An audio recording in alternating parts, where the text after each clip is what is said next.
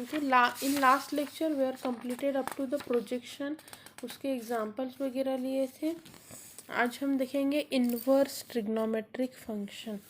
Inverse trigonometric function क्या रहता है?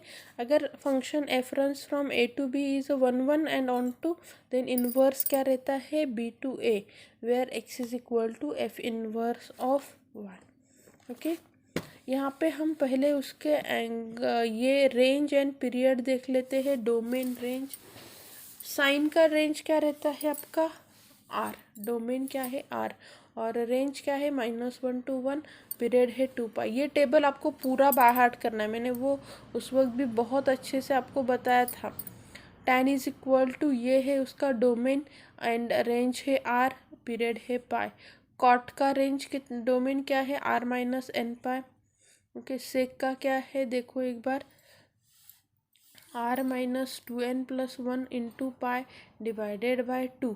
और ये आपका रेंज क्या है? r-1 to +1। ओके, पीरियड कितना है? 2π। आपका कोसेक कितना है? r-n π। और रेंज कितना है? r-1 to +1। और पीरियड कितना है? पाई। अभी हम इन्वर्स का देखते हैं। इन्वर्स का मैंने अभी ये 1 by 1 आपको दिया है, फिर भी ये जो टेबल फॉर्म में है ना, तो वो हम देखते हैं। इन्वर्स का देखो, साइन इन्वर्स क्या आता है आपका? उसका डोमेन है -1 to +1। Okay, -1 to +1 to π/2 to π। Cos inverse कहाँ से जाता है? -1 to 0 to π। tan इन्वर्स कहाँ से जाता है? r2 -π/2 to +π/2। कोसेक इन्वर्स क्या है? r-1 to +1 and here -π/2 to +π/2। Sec inverse भी इस तरह से है। ओके, इसके आपको ग्राफ याद होंगे, ग्राफ अच्छे से देखने हैं। वो हमने एक्चुअली उस वक्त भी बहुत अच्छे से लिया हुआ है, फिर भी एक बार रिवाइज कर लो कि आपका इन्वर्स सेकंड ग्राफ कैसे आता है, इन्वर्स tan का ग्राफ कैसे रहता है, कॉस का कैसे रहता है, ओके, टेंजेंट का क्या क्या रहता है। ओके,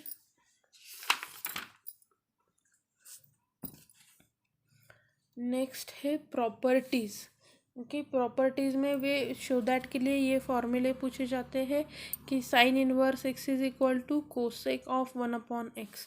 देखो, ये टाइप का एक क्वेश्चन आ जाता है प्रूव दैट के लिए कि आपको ये प्रूव करना है। साइन इनवर्स है, कॉस इनवर्स फिर पूछा जाता है, cos inverse is equal to sec inverse upon 1/x। उसके बाद आपको tan inverse is equal to π/2 minus ये आपका plus cot inverse of 1π/x। इसमें से एक तो थ्योरम आपको आ ही जाएगा, तो आपको एटलीस्ट ये अच्छे से प्रिपेयर करके रखना है कि कैसे हम ये वाला प्रूफ करेंगे। जब हमने एग्जांपल्स लिए हैं उस वक्त ये पूरा डिटेल में लिया है। Okay, go through the lectures या फिर एक बार रिवाइज करो, ओके, कि हमने ये प्रूफ कैसे करना है। ये देखो, सिमिलरली इतने सारे प्रूफ हम कर सकते हैं। Cos inverse x is equal to pi minus cos inverse x of x, then tan inverse of minus x is equal to minus tan inverse x, cosec inverse minus x equal to minus cosec x, sec of inverse minus x is equal to ये सभी क्या है? उसके proof है, proof already दिए हुए हैं। Okay, आप अच्छे से इजीली उसे कर सकते हो, बुक में ऑलरेडी ये सभी प्रूफ दिए हुए हैं। Then find the principal value. हमने देखो ट्रिग्नोमेट्रिक फंक्शन के भी देखी थी कि प्रिंसिपल वैल्यूज़ कैसे फाइंड आउट करनी है। यहाँ पे क्या है? आपका इन्वर्स फंक्शन है, इन्वर्स फंक्शन की ट्रिग्नोमेट्री ये प्रिंसिपल वैल्यू निकालनी है। साइन इन्वर्स ऑफ 1/2 मतलब क्या रहता है? Sine inverse of -1/2। तो वो निकालने के लिए मैंने sine of -1/2 is -1/2, where -1/2 is belongs to -1 to +1। तो हमें पता है कि आपका साइन की वैल्यू -1/2 कब रहती है? π/6 में। तो तो π/6 क्या करता है, -π/2 प्लस π/2 में लाई करता है। तो sine inverse of -π/2 is what, -π/6। तो आपका प्रिंसिपल वैल्यू क्या आ गई, ये आ गई। यहाँ पे हमें क्या करना है, अभी पहले हम क्या करते थे, नंबर फाइंड आउट करते थे, यहाँ पे अभी एंगल फाइंड आउट करना है। इसीलिए आपको क्या याद होना चाहिए, जो हमने अभी ये चार्ट देखा ना, ये चार्ट आपको याद होना चाहिए कि इसकी रेंज कहाँ से कहाँ तक है। ये देखो, साइन है तो π/2 टू प्लस π/2, कॉस इनवर्स है तो 0 टू पाई, tan इनवर्स है तो आपका जो -π टू प्लस पाई, देन आपका ये π/2 टू प्लस π/2 -0, फिर ये आपका 0 टू पाई -π/2। ये अगर याद होगा आप इजीली इसे निकाल सकते हैं। ओके, रेंज को आप अच्छे से निकाल सकते हैं। यहाँ पे देखो कि ये कॉस इनवर्स के लिए कॉस इनवर्स क्या है, 0 टू पाई है। तो यहाँ पे देखो π/6 0 टू पाई में लाई कर रहा है, तो आपकी प्रिंसिपल वैल्यू π/6 हो गई। ओके, कॉट इनवर्स है, कॉट इनवर्स कहाँ से, 0 टू पाई में बिलोंग करता है, इसके लिए इसकी प्रिंसिपल वैल्यू यहाँ पे माइनस है, तो क्या हो गया आपका 2π/3 हो गई। ये यहाँ पे उनसे गलत हुआ है, ये क्या रहेगा आपका 2π/3 बिलोंग्स टू। ओके, इसी वे से आपको यहाँ पे देखो साइन इनवर्स ऑफ साइन दिया है, तो फर्स्ट में ये साइन के लिए कैलकुलेट करूँगी। ओके, तो π/3 किस में लाई करता है, π/2। अभी मैं साइन के लिए सॉल्व करूँगी, तो साइन इनवर्स ऑफ साइन जो है वो क्या करेगा, यहाँ पे लाई करेगा। ओके, तो इस तरह से हमें क्या करना है, इसकी वैल्यूज फाइंड आउट करनी है।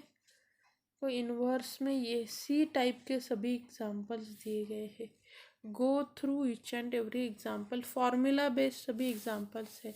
ओके, और बुक में आप देखोगे हर एक टाइप का एक एक एग्जांपल उन्होंने लिया हुआ है।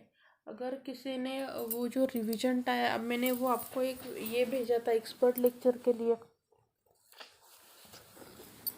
एक्सपर्ट लेक्चर के लिए लिंक भेजा था। अगर आपने वो एक्सपर्ट लेक्चर अटेंड किया होगा तो आपको समझ में आया होगा कि इस बार के जो भी आपका ये रहेगा उसमें ध्यान से सुना होगा, तो उसमें उन्होंने कहा है कि ज़्यादा से ज़्यादा सॉल्व्ड एग्जाम्पल पूछे जाएंगे। ओके, तो थोड़ा उस पे ज़्यादा कंसंट्रेट करो, सॉल्व्ड एग्जाम्पल पे, तो आप अच्छे से ये कर सकोगे, स्कोर कर सकोगे और पासिंग भी। उन्होंने देखो दिया है कि एक्सरसाइज पे ज़्यादा फोकस करने से अच्छा आप सॉल्व्ड एग्जाम्पल ज़्यादा प्रैक्टिस करो, तो भी आपका जो है स्कोर बहुत अच्छे से बढ़ जाएगा।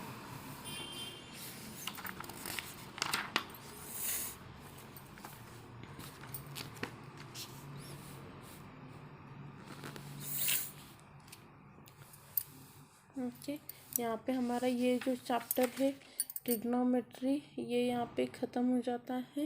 ओके, सभी जो रूल्स वगैरह हैं अच्छे से करो, properties of inverse trigonometric function अच्छे से करो, सभी प्रॉपर्टीज़ अच्छे से की तो मुझे नहीं लगता आपको कुछ प्रॉब्लम आनी चाहिए। 12 मार्क्स का ये चैप्टर है। 12 मार्क्स के लिए आपको क्या करना है, बेसिक फॉर्मूला सभी अच्छे से बाय हार्ट करने हैं। बस आपको 3 रूल आने चाहिए प्रोजेक्शन का वगैरह, उस पे आपको एक क्वेश्चन आ जाएगा trigonometry and inverse trigonometry, principal value find out करनी है अलग अलग इसमें। बस वो आपको अच्छे से आ गया तो आपको इजीली उसमें आप स्कोर कर सकोगे।